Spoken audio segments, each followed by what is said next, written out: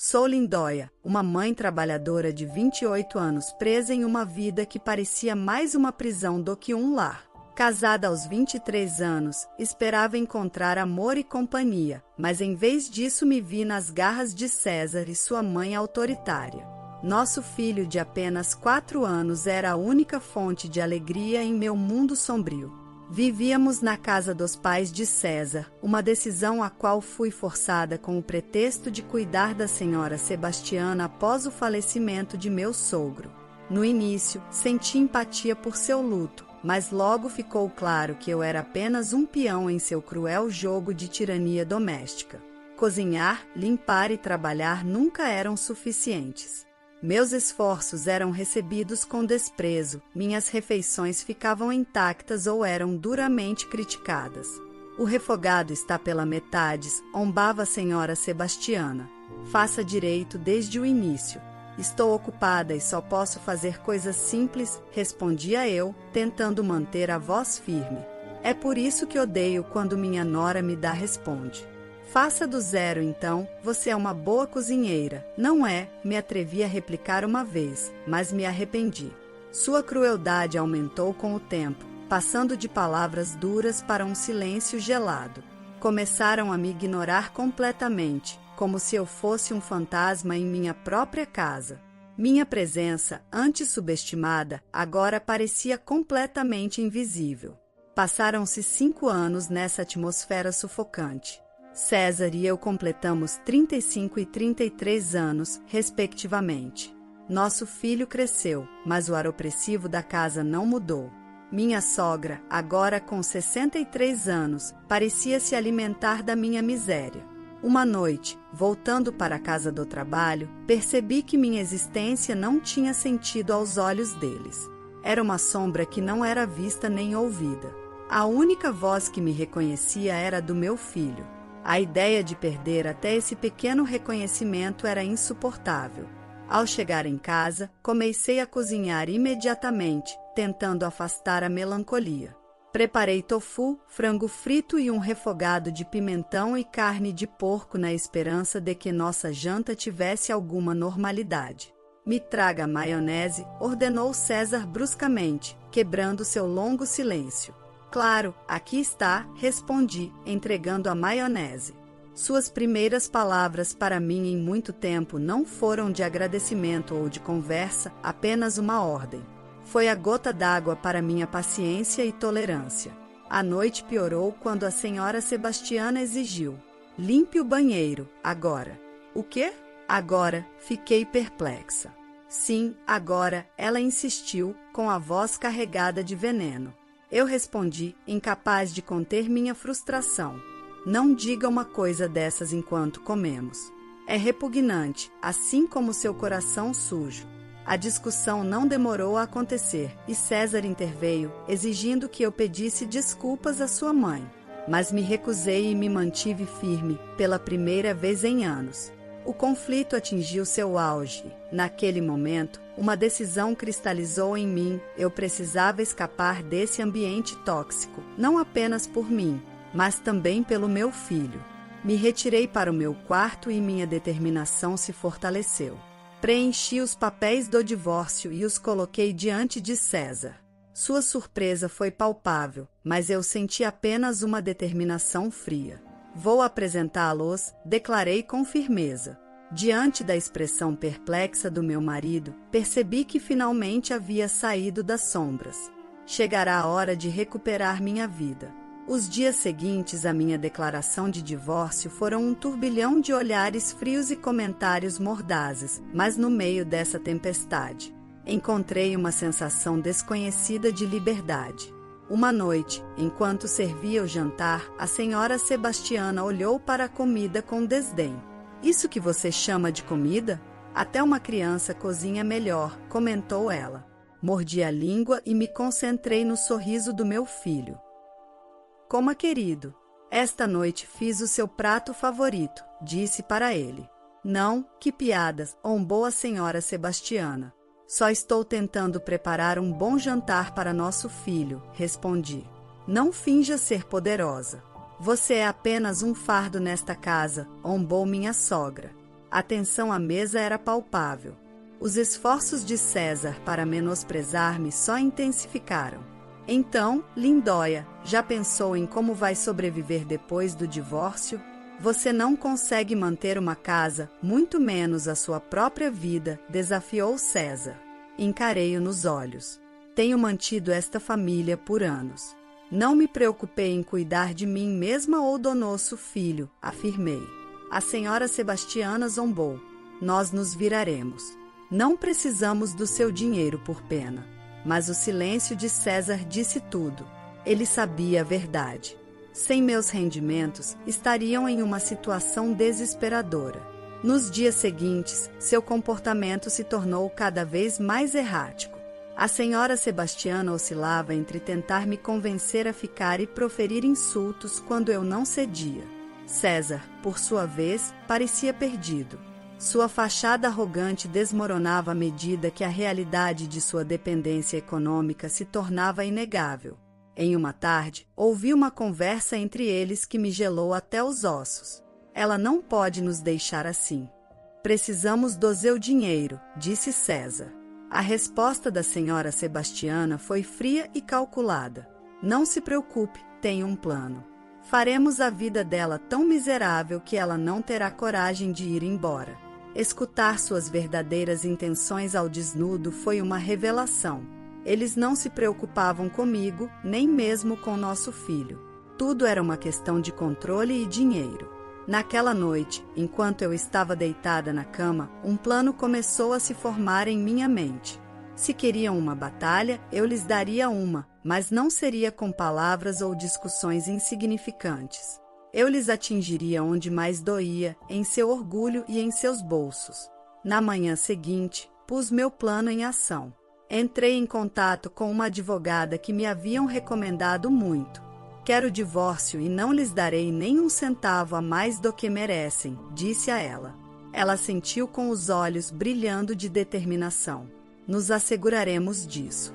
Você tem sido o único suporte da família, não é? Vamos tirar proveito disso.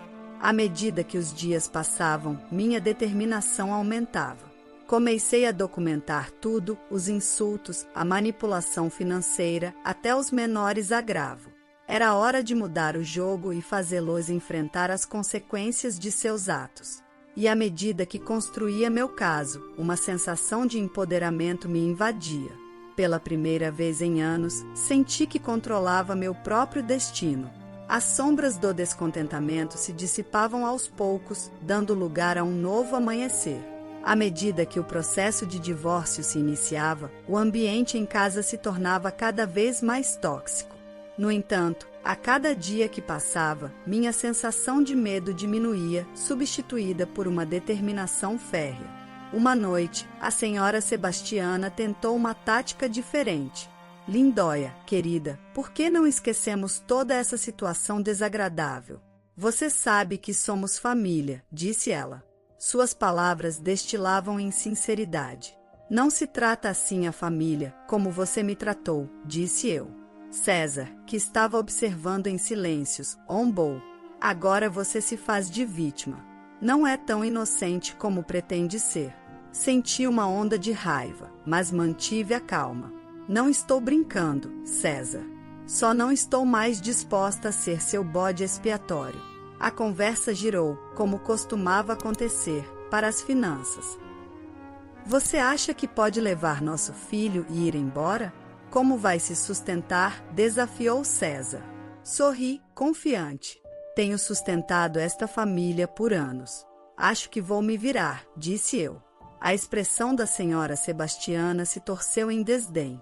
Você não é nada sem nós. Voltará rastejando, disse ela.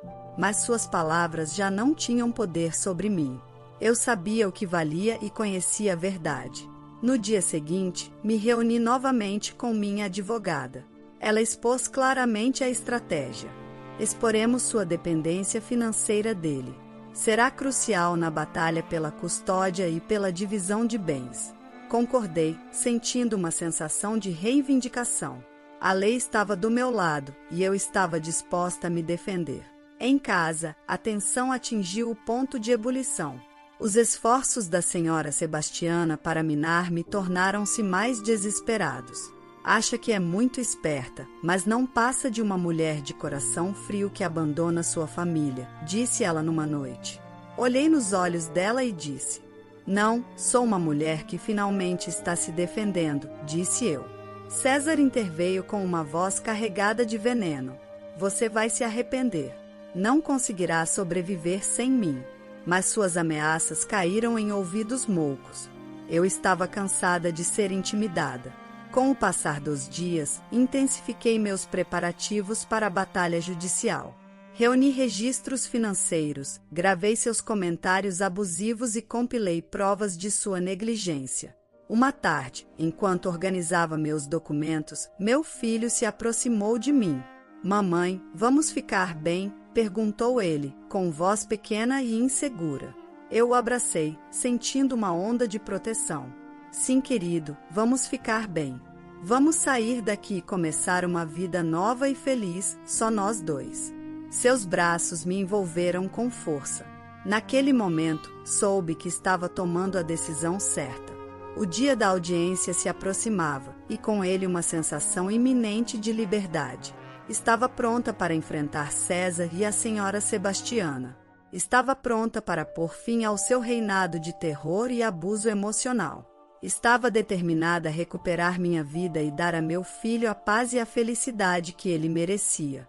Era hora de justiça, e eu estava decidida que fosse feita.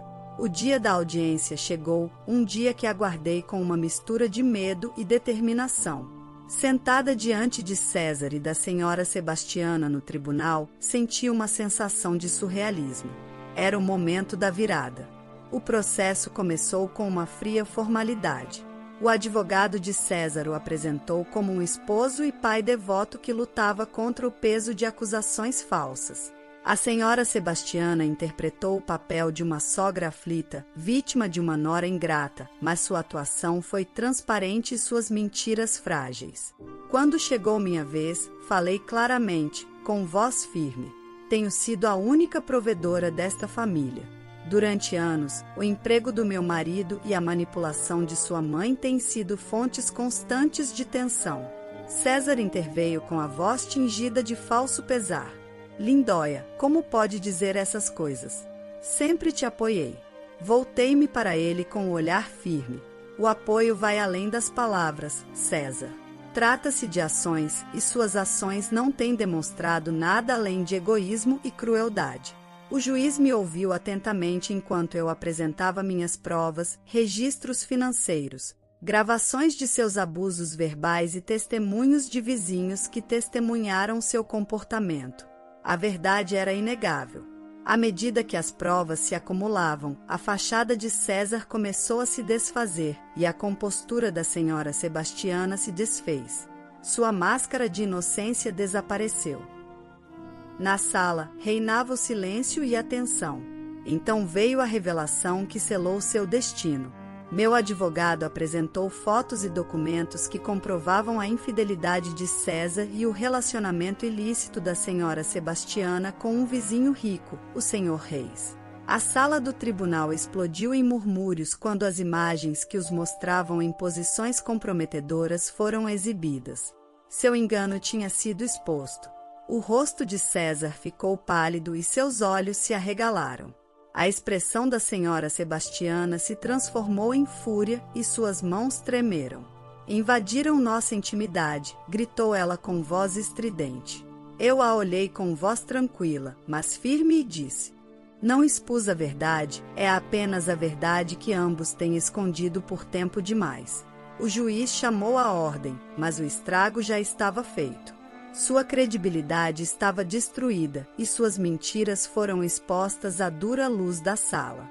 Quando a audiência chegou ao fim, o veredicto do juiz foi claro. Concedeu-me a custódia completa de nosso filho e ordenou uma divisão justa dos bens. César e a senhora Sebastiana ficaram com pouco mais do que suas reputações destroçadas. Ao sair do tribunal, senti um peso sendo tirado dos meus ombros. Os anos de manipulação e abuso emocional tinham finalmente acabado. Enfrentei meus opressores e saí vitoriosa. Mas o momento mais doce veio quando meu filho correu para os meus braços fora do tribunal, com o rosto radiante de alívio e felicidade. Conseguimos, mamãe, disse ele, com a voz cheia de alegria. Enquanto nos afastávamos e a promessa de um futuro melhor se aproximava, soube que o melhor ainda estava por vir. A história de hoje chegou ao fim. Não se esqueça de comentar qual lição você tirou dela. Também deixe um like no vídeo e se inscreva para não perder os próximos vídeos. E se você quer conhecer o final da história do homem que estava sendo traído e descobriu através do policial que lhe disse que o amante de sua esposa estava internado no hospital, clica no vídeo que está aparecendo aí na tela. Te vejo nessa história. Grande abraço!